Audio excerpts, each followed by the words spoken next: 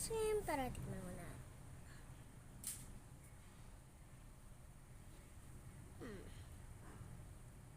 Ang sarap! Gawa ko ng araw. Ito. Kailangan ko siya tigasin para mag-crunchy siya. Ang buksan na ito.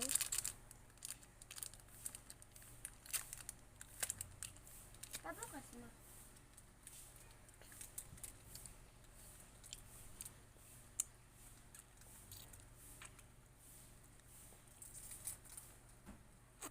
Sobrang sarap niya, guys. Dito.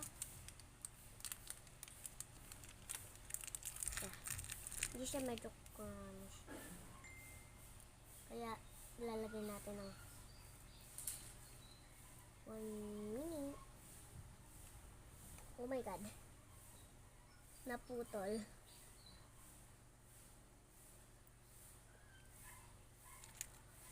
Gawa tayo.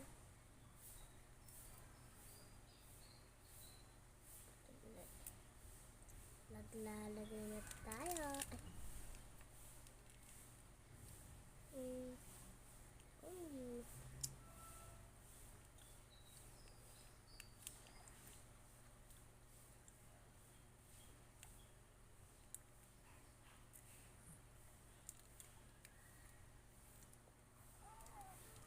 Lalagay na natin sa ref.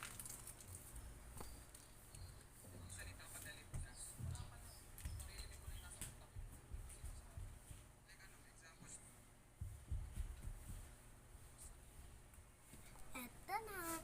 1 second lang dapat kasi pag crunch mo pa siya masyado, so tikman po ulit natin.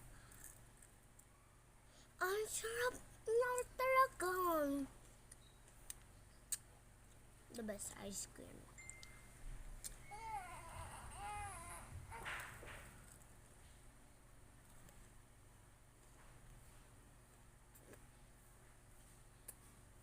Ako 10/10 tong ice cream na to sa akin. Wala man.